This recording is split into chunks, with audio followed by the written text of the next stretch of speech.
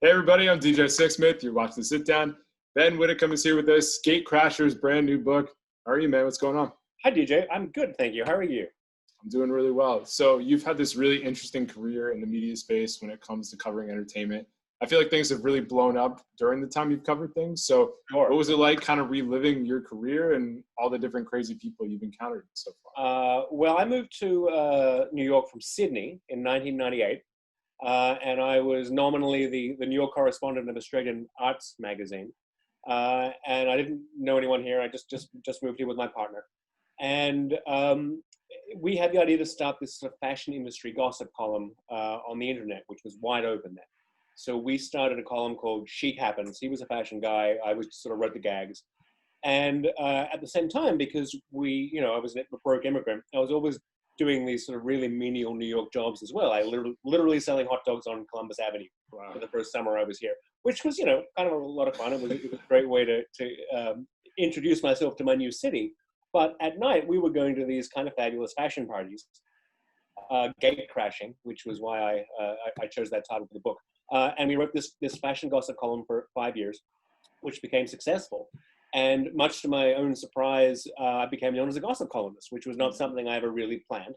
I started out with Page Six as a stringer for a little while. And then the Daily News gave me my own column called Gatecrasher. I ended up at TMZ as their managing editor. And then I got sick of gossip around 2010. And for the last 10 years, I've written mainly about the wealthy and that culture here in New York. A lot of it for the New York Times. And actually, just after this book went to bed, I got a new job as editor-in-chief of Avenue magazine, which is a long-standing luxury lifestyle magazine here in Manhattan. So the magazine job isn't part of the book, but everything from being an internet gossip columnist to writing for the New York Times, where I wrote their weekly social column called No Regrets, is in the book. That's really incredible. So when do you feel like things really started to first pick up, just in terms of the coverage overall across the industry?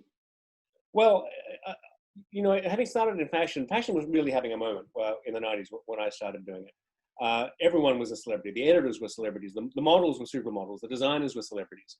So New York Fashion Week was as big as it ever got. And I think things started going south for the fashion world around 9/11.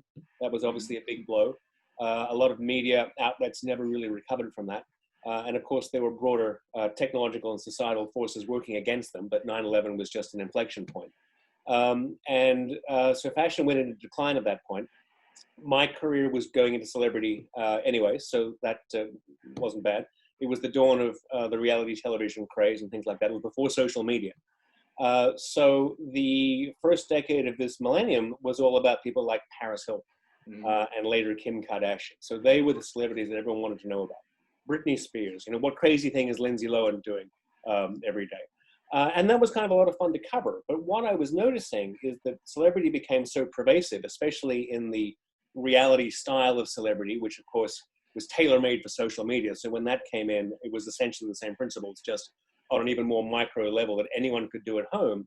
That the wealthy individuals of New York City, who traditionally had been at arm's length from celebrity because it was considered a little bit undignified if you were wealthy to want to court that kind of publicity, that all those people were starting to adopt these tactics of publicity and celebrity because they were perceiving a value in it. They were perceiving a bump in status. They could monetize it more. And ultimately, they worked out how to use it for political power, which is how we got to the current incumbent in the White House. Yeah, you draw this parallel between Paris Hilton and Donald Trump. So what was it like thinking that through, and how did you make the connection overall? In my job, I had to take Paris Hilton very seriously. And, I always say that being a celebrity watcher is like being a bird watcher. If you just want to bird watch because you want to see pretty birds, that's fine. If you just want attractive plumage and colorful feathers, it's okay to be a bird watcher for that reason. But a more experienced and nuanced bird watcher can also tell an awful lot about the ecosystem by observing what birds are where and in what numbers and which ones are absent. And you can draw all these broader inferences about what's happening in the global biosphere by the movement of birds. And I think that fame in America works in very similar ways. It's okay just to want to watch the celebrities, want to watch the Oscars for the red carpet and the fashion. That's perfectly fine if that's what you get out of it. But it really is, celebrity culture really is the bellwether of American culture more broadly. And when you see people responding to Paris Hilton and what she was doing and making millions of dollars off it, and people who copied her techniques, I would argue, would include Kim Kardashian and Donald Trump. Of course, Trump got an earlier start. He was already famous in the 80s, but he, I do think, copied the Paris Hilton technique very successfully, and he rode it all the way to the White House. So the thesis of my book really is that ultimately the wealthy in America, especially in New York City, have copied the celebrity tactics to their great benefit. Yeah, there's a lot of really interesting layers there. Do you have any specific Trump stories you remember from his days as just a guy in New York City before all this in the White House? Yes, I did spend a lot of time with Donald before he became president, and you know, and really all the family. I mean, I interviewed the kids several times. I've met all his wives. I've interviewed Melania. I've interviewed Ivanka. I briefly, you know, encountered Marla Maples. And the thing about Donald is what you see really is what you get. There's a lot of my Australian relatives want to know, wow, you know, you've met Donald Trump. What's he like? And the only answer to that really is he's like what he looks like on television. Like there's no hidden layer there. He's completely one-dimensional, and what you see is what you get. But he certainly was ahead of the curve in adopting his tactics